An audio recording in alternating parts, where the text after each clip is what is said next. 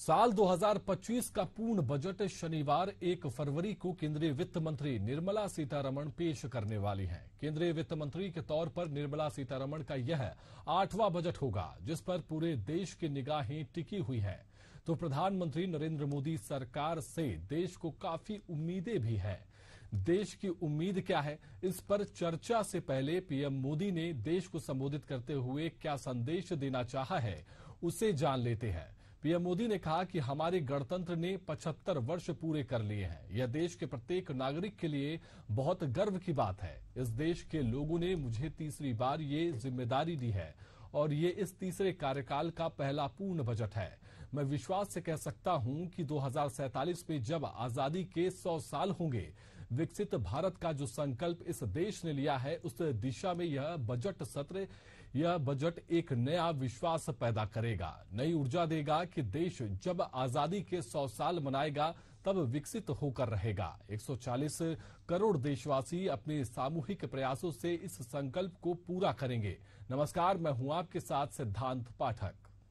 उम्मीद है कि आप सभी खुशी खुशी होंगे और बड़ी उम्मीद है कि 1 फरवरी को आने वाला देश का आम बजट आपकी खुशियों पर चार चांद लगाने वाला साबित होगा। प्रधानमंत्री नरेंद्र मोदी सरकार की वित्त मंत्री 1 फरवरी को साल 2025 का पूर्ण बजट लोकतंत्र के मंदिर में पेश करने वाली है। इससे पहले प्रधानमंत्री मोदी के इन चंद लाइनों पर गौर करें तो उनका पूरा इशारा देश की इकोनॉमी पर ही है। पर समझना यह भी जरूरी है कि वास्तव में देश की जनता की उम्मीदें क्या हैं। देखिए हमारी यह खास प्रस्तुति।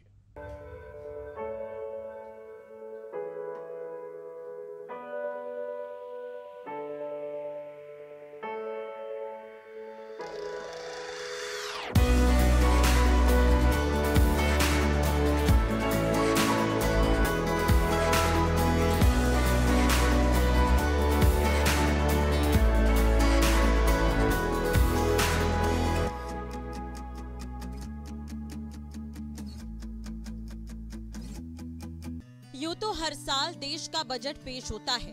सस्ता और महंगा भले ही प्राथमिक तौर पर बजट का हिस्सा होता है, पर सही मायने में देखा जाए घट बढ़ पूरे साल चलता रहता है। इसके बावजूद भी देश को बेसब्री से इंतजार होता है केंद्र सरकार के पूर्ण बजट का। और एक बार फिर पूरा देश उस मुहाने पर है जहां देश की दशा और दिशा तय करने वाला बजट लोकसभा में केंद्रीय वित्त मंत्री निर्मला सीतारमण पेश करेंगी। लोकसभा में शुक्रवार 31 जनवरी से बजट सत्र का आगाज हो चुका है। पहले दिन राष्ट्रपति द्रौपदी मुर्मू ने बजट अभिभाषण दिया, जिसमें उन्होंने सरकार के उल्लेखनीय कामों और भावी योजनाओं पर प्रकाश डालते हुए देश हित में किए जा रहे प्रयासों की सराहना की। वहीं बजट पेश होने से एक दिन पहले प्रधानमंत्री ने बजट सत्र प्रारंभ होने से पहले मां लक्ष्मी से देश के हर गरीब मध्यम वर्ग के लोगों की समृद्धि की प्रार्थना की। मैं समृद्धि की देवी मां लक्ष्मी को प्रणाम करता हूं।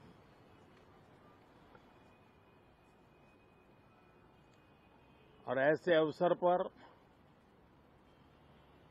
सदियों से हमारे यहां मां लक्ष्मी का पुण्य स्मरण किया जाता है।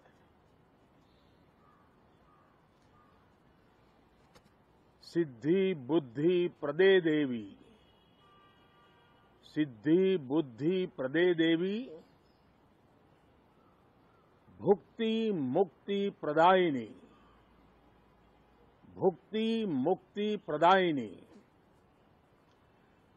मंत्र मूर्ते सदा देवी, मंत्र मूर्ते सदा देवी, महालक्ष्मी नमोस्तुते, महालक्ष्मी नमोस्तुते।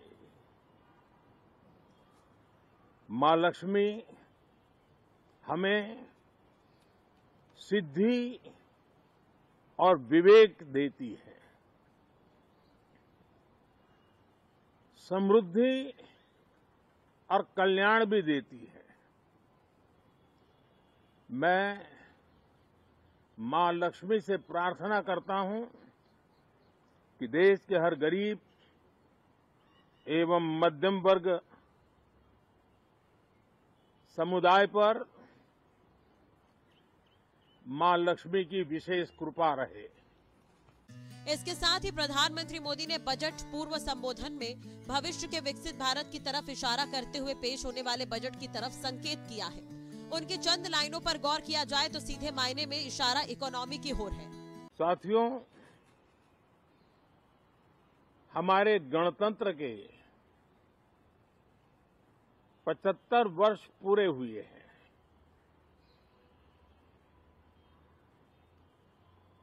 और ये हर देशवासी के लिए सर्वाधिक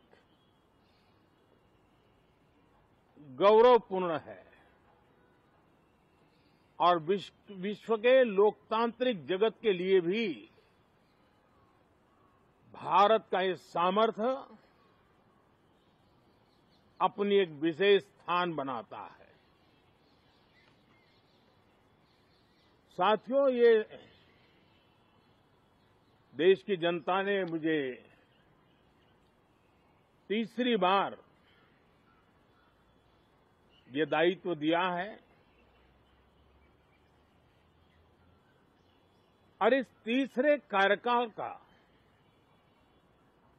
ये पहला पूर्ण बजट है।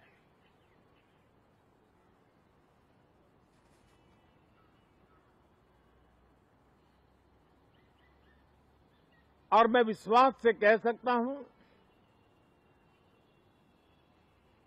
कि 2047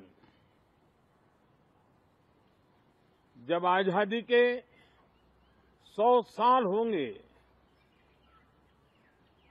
विकसित भारत का जो संकल्प देश ने लिया है, यह बजट सत्र, ये बजट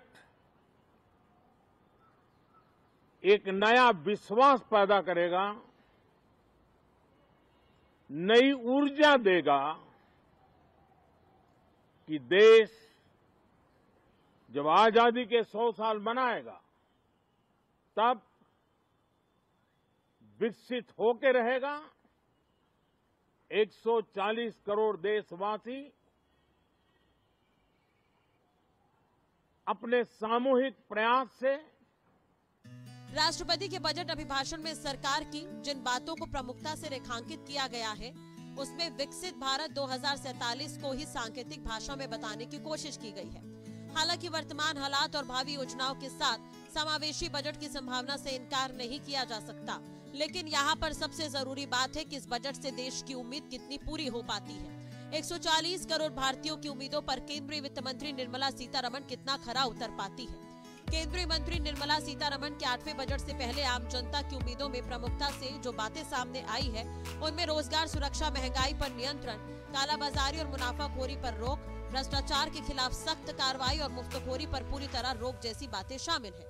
बजट से उम्मीदों पर बात करें तो बजट 2025 से सबसे बड़ी उम्मीद टैक्स पेयर्स को है। ऐसे में बड़ी संभावना है कि वित्त मंत्री निर्मला सीतारमण अपने बजट भाषण में न्यू टैक्स रिजीम के तहत 10 लाख रुपए तक की सालाना इनकम को टैक्स फ्री करने का ऐलान कर सकती है। इस बार हेल्थ सेक्टर चाहता है कि बजट में उसकी मांगे पूरी हो। इनमें स्वास्थ्य सेवा में टैक्स सुधारों के साथ ही इनोवेशंस को बढ़ावा देने वाले उपाय किए जाने की मांग की जा रही है। केंद्रीय बजट 2025 को लेकर ऑटोमोबाइल इंडस्ट्री की बड़ी उम्मीदें हैं। कंपनियों के प्रमुख अधिकारियों ने बुनियादी ढांचे में निवेश, ईवी सेक्टर को बढ़ावा, जीएसटी में बदलाव और ग्रीन टेक्नोलॉजी पर जोर देने की बात कही है। वे चाहते हैं कि सरकार ऑटो इंडस्ट्री की ग्रोथ के लिए जरूरी कदम उठाए। कंपनियों का मानना है कि ये बजट ऑटो सेक्टर के लिए काफी अहम साबित हो सकता है। देश के युवा बेरोजगारों को इस बजट से सबसे बड़ी उम्मीद इस बात की है कि देश तीसरी सबसे बड़ी अर्थव्यवस्था बनने की ओर अग्रसर है। ऐसे में देश का प्रत्येक युवा बेरोजगार सभी क्षेत्रों में रोजगार की चाहत रखता है। इनमें कृषि, इंजीनियरिंग, मेडिकल, सिविल सेवा, स्वरोजगार पर जोर दिया गया है, तो समान अधिकार की बात भी कही जा रही है। भारतीय अर्थव्यवस्था के लिए युवाओं की अहमियत का अंदाजा इसी से लग रहा है कि हमारी कुल आबादी की औसत उम्र करीब 27 है। अगर देश की वर्कफोर्स के हिसाब से देखें तो ये हमारी बहुत ही बड़ी ताकत है, लेकिन इसकी अपनी आशाएं भी है और आकांक्षाएं भी। इस बजट से आम बजट में सरकार से काफी उम्मीदें हैं। जानकारों की राय में इस बार के बजट में भी प्रधानमंत्री कौशल विकास योजना और मुद्रा योजना जैसी योजना पर सरकार का फोकस देखने को मिल सकता है, ताकि युवाओं के कौशल विकास और एंटरप्रेन्योरशिप पर जोर बना रहे। इस वजह से बजट में इस तरह की योजनाओं पर सरकार ज्यादा फंड दे सकती है। जहां तक देश में कामकाजी युवा वर्ग की बात है तो वो टैक्स स्लैब में कमी का बहुत ही बेसब्री से इंतजार कर रहा है। युवाओं की मांग है कि सरकार ज्यादा से ज्यादा रोजगार और उसके बेहतर से बेहतर अवसर मुहैया कराने के साथ टैक्स में रियायत के साथ साथ हेल्थ केयर एजुकेशन पर ज्यादा ध्यान दे। युवाओं को इस बार के केंद्रीय बजट से उम्मीदें हैं कि स्टार्टअप के लिए और भी अच्छा ज्यादा खुला माहौल मिलेगा, जिससे रोजगार के अवसर भी बढ़ेंगे और उनके भविष्य का भी द्वार खुलेगा। युवाओं को आर्टिफिशियल इंटेलिजेंस, एयरोस्पेस, इनोवेशन के क्षेत्र में भी इस बजट से काफी उम्मीदें हैं। देश का युवा शिक्षा और रोजगार के अलावा स्पोर्ट्स के क्षेत्र में भी मोदी सरकार से काफी उम्मीदें कर रहा है। भारत कृषि प्रधान देश है और देश की तकरीबन 20% जीडीपी कृषि पर ही आधारित है। ऐसे में किसानों को इस बजट से काफी ज्यादा उम्मीदें हैं। देश का किसान खाद, बीज, लोन पर सब्सिडी के साथ सुरक्षा और सम्मान की भी चाहत रखता है। बजट से पहले पेश आर्थिक सर्वेक्षण को देखें तो 2025 में सोने की कीमतें घट सकती है, जबकि चांदी की कीमतें बढ़ने की संभावना है। यह अनुमान विश्व बैंक के कमोडिटी मार्केट्स आउटलुक अक्टूबर 2024 के आधार पर लगाया गया है। सर्वेक्षण में कहा गया है कि 2025 में कीमतों में 5.1% और 2026 में 1.7% की कमी हो सकती है। इसकी मुख्य वजह तेल की कीमतों में गिरावट बताई गई है। हालांकि प्राकृतिक गैस की कीमतें बढ़ सकती है और धातु व कृषि उत्पादों की कीमतें स्थिर रह सकती है। कीमती धातुओं में सोना सस्ता हो सकता है, लेकिन चांदी महंगी होने की उम्मीद है। लौह अयस्क और जस्ता की कीमतों में गिरावट से धातु और खनिजों की कीमतें घट सकती है। आर्थिक सर्वेक्षण में कृषि क्षेत्र के लिए कई सुझाव दिए गए हैं। इसमें किसानों को जल गहन फसलों से दूर करने के लिए प्रोत्साहित करने, उर्वरक उपयोग को संतुलित करने के लिए नीतियां बनाने, उचित बाजार तंत्र प्रदान करने और किसानों को जोखिम से बचाने के लिए तंत्र विकसित करने पर जोर दिया गया है। इसके अलावा कृषि विकास दर को 5% तक बढ़ाने, कृषि आधारित उद्यमिता को बढ़ावा देने और कृषि क्षेत्र की अप्रयुक्त क्षमता के उपयोग पर भी ध्यान दिया गया है। उम्मीदों के इस बजट से पहले साल 2023 में मोदी सरकार ने जो बजट पेश किया था, उसकी प्रमुख बातों पर नजर डालना भी जरूरी है। 2 साल पहले आए बजट की वर्तमान बजट से जोड़कर इसे भी देखा जा सकता है, क्योंकि तब भी मूल नजरिया विकसित भारत ही था। बजट 2023 में हो रहे ये ऐलान: शिक्षा के लिए 1,12,899 करोड़, रक्षा मंत्रालय के लिए 5,94,000 करोड़ रुपए, स्वास्थ्य क्षेत्र के लिए 86,000 करोड़ रुपए, युवा और खेल मंत्रालय के लिए 3,397.32 करोड़ रुपए, सड़क परिवहन और राजमार्ग के लिए 2,70,000 करोड़ रुपए, रेल के लिए 2,41,000 करोड़ रुपए, उपभोक्ता मामले व खाद्य सार्वजनिक वितरण की अगर हम बात करें तो 2023 में 2,06,000 करोड़ रुपए, गृह मंत्रालय के लिए 1,96,000 करोड़ रुपए, रसायन और उर्वरक मंत्रालय के लिए 1,78,000 करोड़ रुपए, ग्रामीण विकास मंत्रालय के लिए 1,60,000 करोड़ रुपए, कृषि व किसान कल्याण विभाग के लिए 1,25,000 करोड़ रुपए का ऐलान हुआ था। संचार विभाग के लिए 1,23,000 करोड़ रुपए का ऐलान हुआ था। रोजगार के लिए 10 लाख करोड़ का कैपिटल इन्वेस्टमेंट किया गया है। 47 लाख युवाओं को सपोर्ट देने के लिए पैन इंडिया नेशनल स्कीम 3 साल तक स्टाइपेंड और भत्ता दिया गया। Unified skill India digital programme, 30 skill India centre, PM Kaushal Vikas Yojana 4.0, on job training. Income tax slab की अगर हम बात करें तो सरकार ने पुराने टैक्स स्लैब में किसी तरह का बदलाव नहीं किया था। इस साल नई टैक्स रिजीम को डिफॉल्ट रिजीम बना दिया गया था, यानी कि टैक्स पेयर रिजीम नहीं चुनेगा तो टैक्स नई टैक्स रिजीम के तहत जमा होगा। नई टैक्स रिजीम में टैक्स सीमा को 5 लाख रुपए से बढ़ाकर 7 लाख किया गया था। इसी तरह साल 2024-25 के बजट में भी वित्त मंत्री निर्मला सीतारमण ने बड़ी घोषणाएं की थी। बजट 2024 में क्या कुछ ऐलान रहे, ग्राफिक्स के जरिए आपको बताते हैं।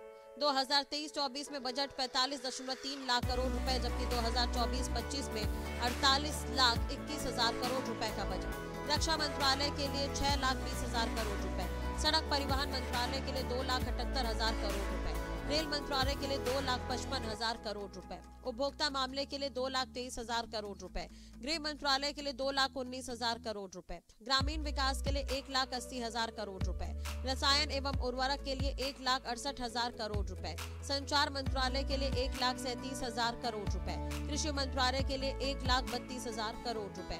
नई टैक्स रिजीम में बदलाव: 7.75 लाख रुपए तक की इनकम टैक्स फ्री, पहली नौकरी पर EPFO में 3 किश्त में 15,000 जमा कराए जाएंगे।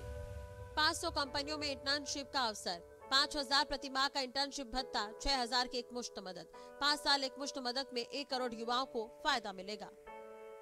बहरहाल चंद घंटों के इंतजार के बाद साल 2025 का बजट देश के सामने होगा। आने वाले बजट के बाद सही मायने में समझ आएगा कि मोदी सरकार के तीसरे कार्यकाल का पहला पूर्ण बजट देश की जनता की उम्मीदों पर कितना खरा उतर पाया है, किस वर्ग को कितना फायदा मिलेगा, कौन सा वर्ग निराश होगा तो युवाओं को कितनी राहत मिलेगी और सुबह से रात तक की दिनचर्या में देश को कितनी राहत मिल पाएगी। हमारी खास प्रस्तुति में फिलहाल के लिए इतना ही। मुझे दीजिए इजाजत। नमस्कार।